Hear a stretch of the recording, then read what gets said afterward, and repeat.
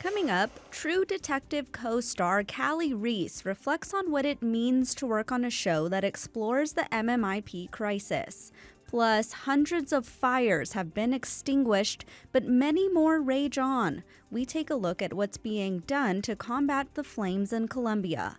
And in this week's language break, we learn how to say "I'll see you again" in Passamaquoddy. That's ahead on the ICT Newscast.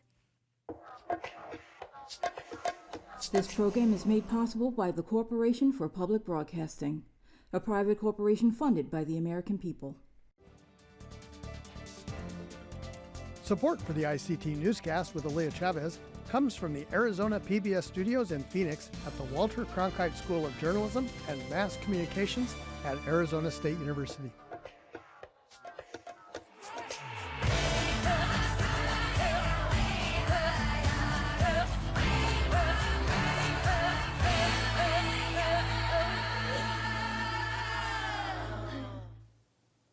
Amadawa Hopa. Thank you for joining us. I am Aaliyah Chavez.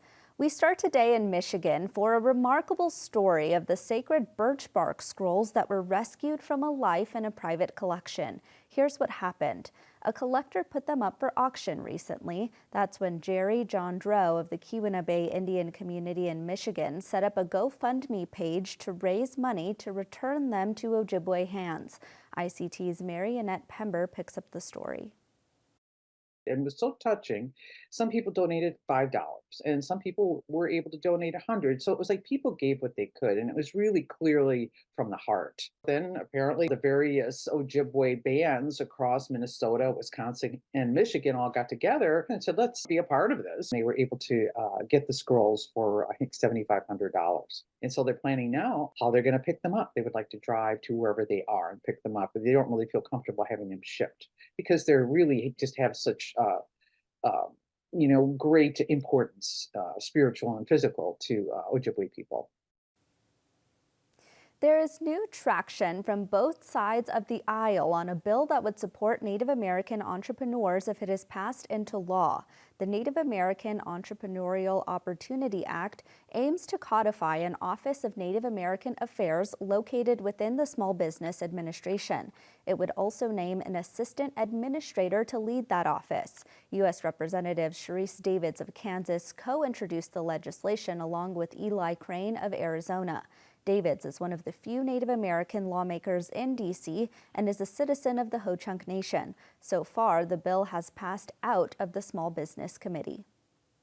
Native-owned entities employing over 300,000 Americans are vital drivers for our national economy, which is why these tribal businesses deserve a seat at the table to advocate not only for the challenges, as I mentioned earlier, but also for their successes and their achievements. Well, two companies are to pay almost $7.5 million after an oil spill on tribal lands. Nearly 300,000 gallons of crude oil was spilled into Skull Creek on the Sac and Fox Nation in Oklahoma. According to a complaint filed by the U.S. Department of Justice, the 135-mile-long pipeline ruptured near Skull Creek. It was originally built in 1975. In a news release, the Environmental Protection Agency said it is requiring the companies who caused the oil spill to restore Skull Creek and take steps to prevent future spills.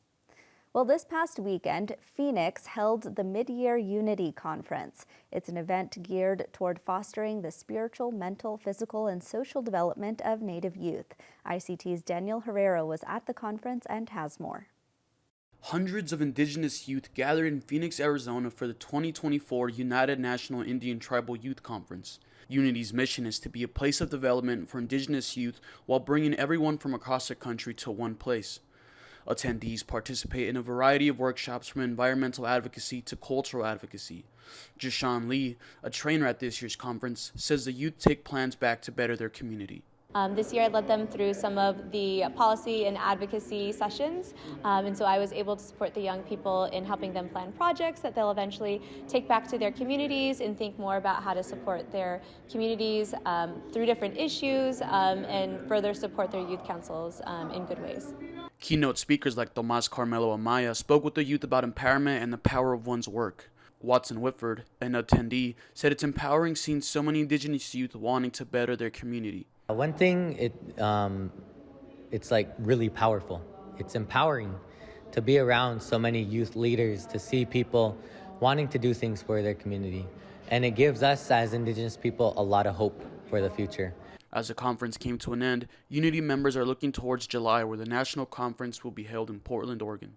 In Phoenix, Arizona, Daniel Herrera, ICT News. And those are the headlines for the ICT Newscast.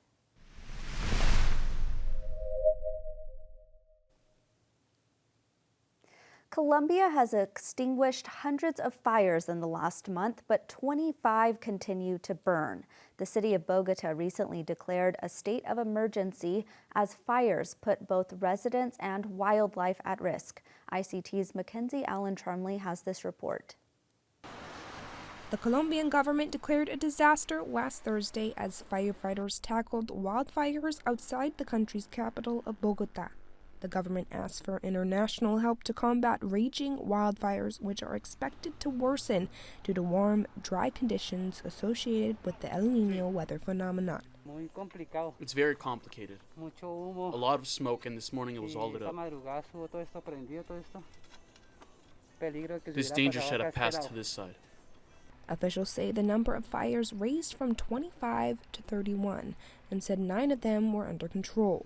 They did not order mandatory evacuations, despite some fires burning in municipal areas and in indigenous communities surrounding the mountains. President Gustavo Petro said Chile, the United States, Peru, and Canada have already responded to the call for help without specifying when the assistance will arrive to the South American country. The government also asked for aid from the United Nations and European Union. Somos conscientes de que esta situación We are aware that this situation will have difficult weeks and months to come, so we need to take better care of what we are experiencing here today, but also what we do from now on to be able to have better tools and better prevent what is coming in the months of February. Colombia's Institute of Hydrology, Meteorology, and Environmental Studies reported that roughly half the country's municipalities are on maximum alert due to fire risk. But according to the National Fire Department of Colombia, almost a third of all municipalities do not have a fire department. The decreasing rainfall and increasing temperatures that are worsening the fire situation are caused by El Niño, which is a temporary warming of parts of the Central Pacific that changes weather worldwide. The disaster declaration allows the government to reallocate funds to tackle the wildfires. The Army has deployed more than 600 soldiers, as well as aircraft and vehicles to emergency areas. Meanwhile, police are using planes authorized to spray chemicals on cocoa leaf crops to transport and drop water over the fires. For ICT News, Mackenzie Allen Charmley.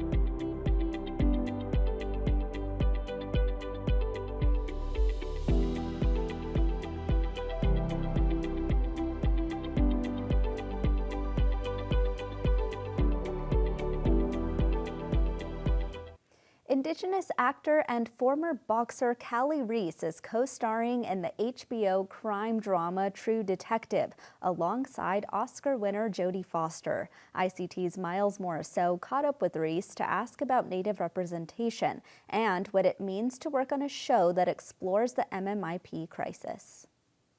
How did your boxing career and your experience as a boxer help to prepare you for your role as an actor? Boxing has prepared me for this, but for acting in the world of acting in a lot more ways than I realized. I feel like I've been training my entire boxing career to get into this industry. Number one, boxing and being an actor, they're both entertainment industries. Entertainment, we're on a stage, we're performing as boxers. I know we're athletes, but it is an entertainment. The ability to check in all the way in. I mean, when the bell rings, I want blood. I wanna not blood, but I wanna get the job done. I have to get this girl. I gotta get the win by any means necessary. Like I'm in there to do the job. The ability to bring that into the film industry, being an actor, being able to check all the way into Navarro's brain or whatever character I'm playing, I found that was something that really was helpful and was I was able to really tap into. This is your third role, and you're basically going up against one of the great actors of our time. It's like you're going up against one of the Hollywood heavyweights. How did that feel? It was such a blessing to be able to work alongside and across from and with somebody of that stature, somebody I highly admire. It was like being with Mike Tyson in 1986, training for the heavyweight championship. It was that good. Now, as someone that has been an advocate for missing and murdered Indigenous women and girls and two-spirited people, how did this story, this season of True Detective, how did that resonate with you? Being somebody who has done the best I could to highlight and give voice to missing and murdered Indigenous women, and so we can stop this violence against our people and stealing our people. Having that be the main driving force behind why Navarro is will go to the ends of the earth and then some to find truth of what happened to this case that has haunted her. She knows that what she was told and the lack of effort that is all too real behind missing and murdered Indigenous people in the real world, that the realism of this is Navarro's driving force to find the truth. And that was really important for me to be able to be part of telling that story, highlighting that, because it's a very real experience for a lot of Indigenous families. So, how important is it that Indigenous people have representation in mainstream media, especially in stories like this that are based on a real life crisis in our communities? It's so important because we don't need anybody to tell us stories for us, on the assumption of they think they know what the Indigenous experience is, the mixed Indigenous experience is, and also to be able to tell contemporary stories of truth. We're seeing a time now where our stories are being told by us, written by us, shot by us, produced by us, and we've been here doing this the way we as Indigenous people have passed story. We are natural storytellers. That's how we preserve. Where laughter is something that is huge in our communities, that has been such medicine to get through these hard times and this trauma that's been passed down from generation to generation. So to have that representation now, especially being a mixed indigenous person, not seeing faces like mine in front of the camera or in the ring, it's hugely important. And not to have it just one dimensional. You have this stigma of the general public thinking that if you're a Native American, you look, sound, act one way. You have to be from a reservation. You have to do this, and this is just, you have to check these boxes. And there's endless mixtures, there's endless languages.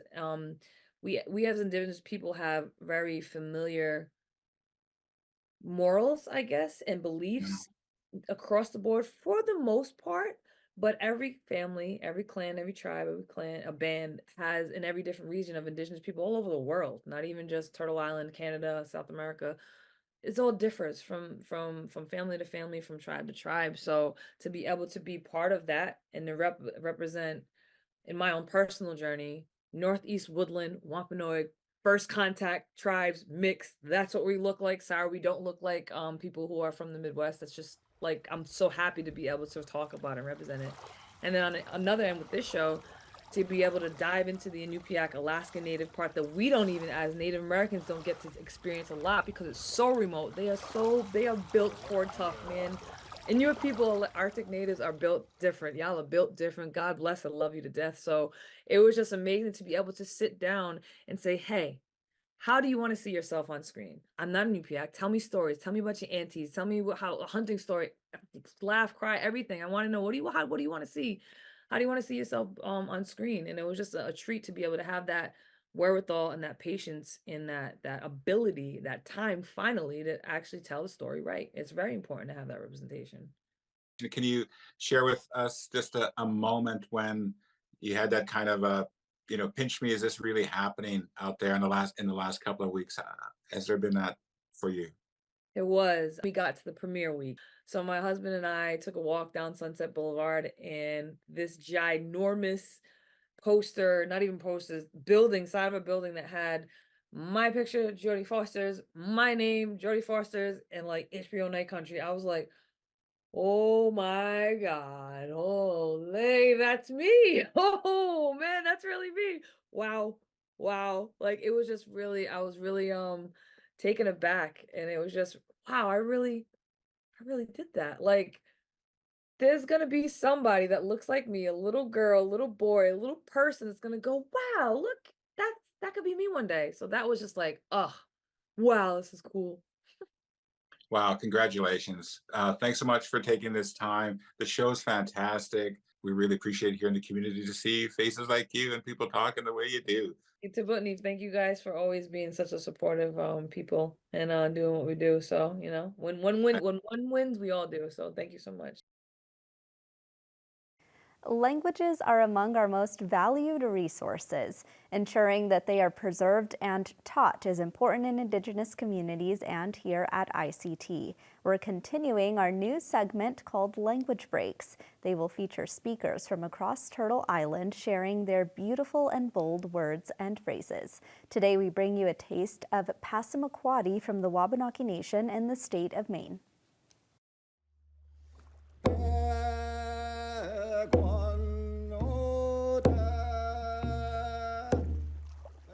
Judge.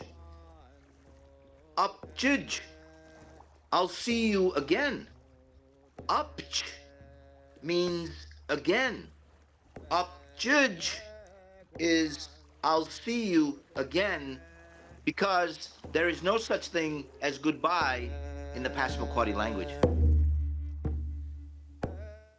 Montana's Lee Enterprises provides the state with news through its 5 publications. It is out with a new series that examines why Montana's Native American people die an entire generation younger than their white neighbors. I interviewed Nora Mabey, the reporter behind Gone Too Soon.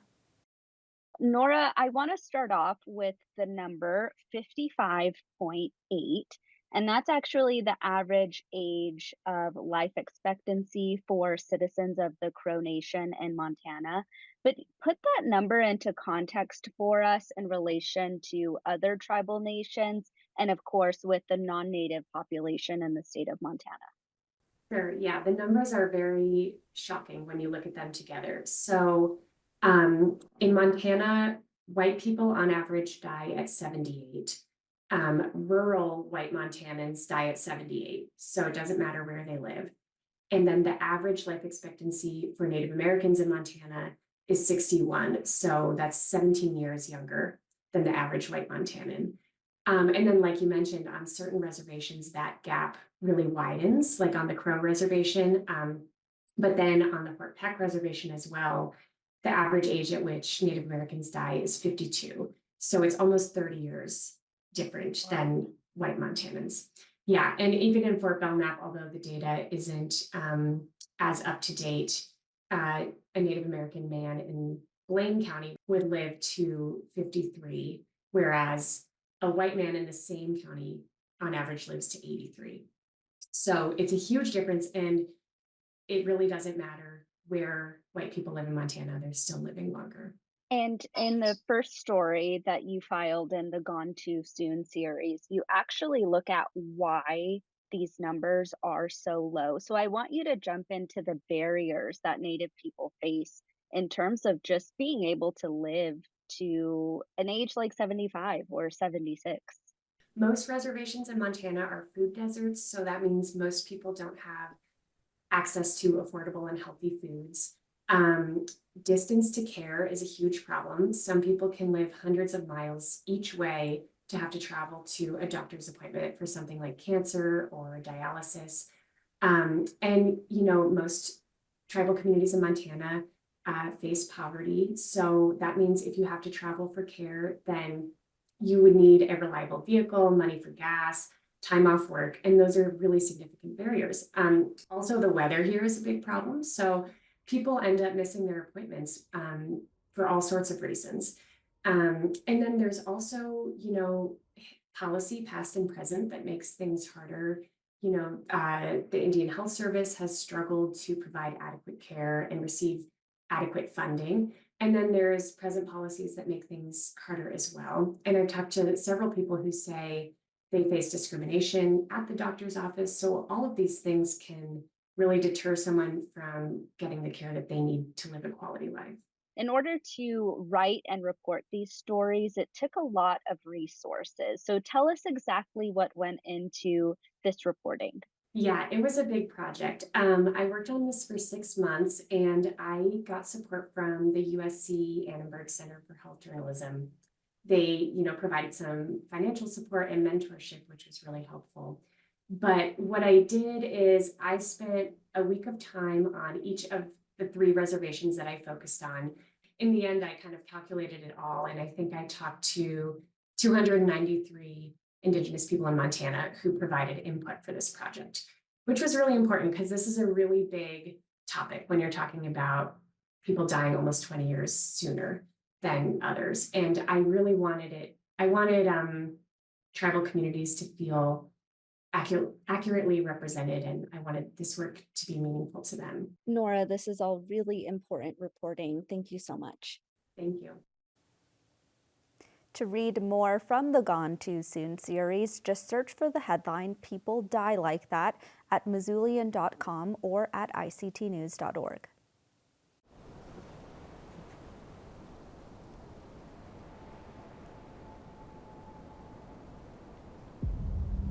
When I think about the reservation and my life there as a kid, it's a time and a place that I really yearn for because I spent that time with really formative people in my life, teaching me what it meant to be Navajo.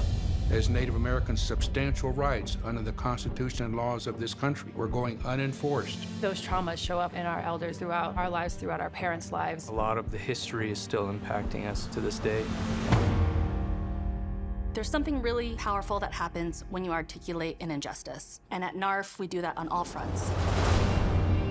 The Native American Rights Fund is the oldest and largest nonprofit law firm. Fighting alongside our tribal communities to defend Native American rights. I see the difference that it makes with our Indian people. We are facing really challenging times. The right to vote has been under siege. Without voting, every other right in Indian country that matters falls. So it's really important to have NARF standing with our tribal people to define voting as part of the fight for tribal sovereignty. Anytime Native American voters are in a position to swing elections, that's when you see the most egregious violations of their voting rights. And so we responded to that moment.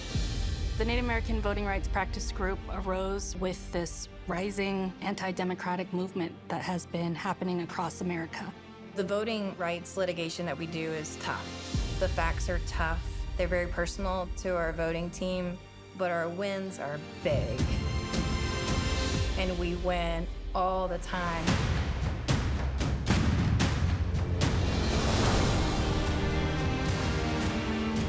We have to be vigilant in terms of protecting our rights, just like we have these last 53 years. In order to make good on the promise of America, we have to make sure that every Native American can vote and have the ability to effectuate change in their communities. I think that's the way that we collectively move forward. The Native vote matters because it's important, because it makes change in all the states we work in. When our ballot box achieves justice for Native people, that's when we as a country can really feel faith in our institutions. This election year, NARF will be leading the fight to protect Native American voting rights in states across the country. Follow along as we tell our stories from reservations, communities, and on the front lines of democracy. Now is the moment. Join us. In Oregon, a Native teen with a big dream is striving to become the first woman at bull riding's top level. ICT's Stuart Huntington has more. Klamath Tribe citizen Naja Knight is just 17, but has been in the riding business for nearly a decade and a half. I started bull riding when I was 9, but I started rodeo when I was 3, and I became a bull rider because of my dad. I was just always behind the chutes with him, telling me to put me on his bull, and so he started me off on sheep.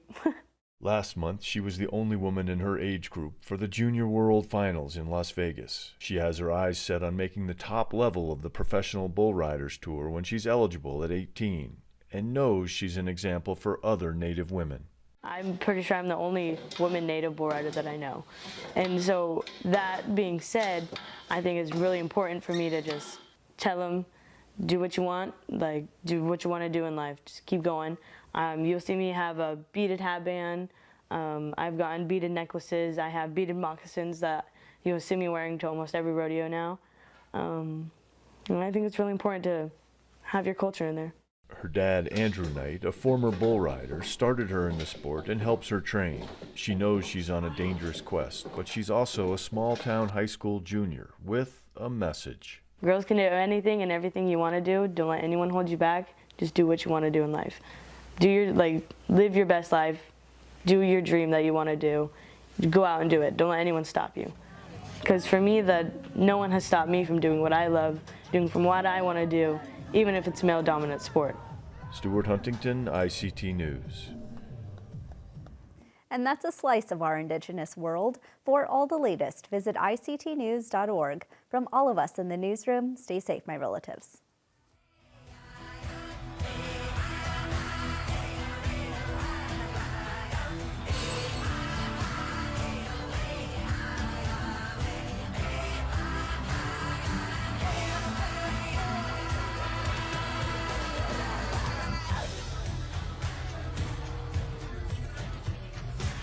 This program is made possible by the Corporation for Public Broadcasting, a private corporation funded by the American people.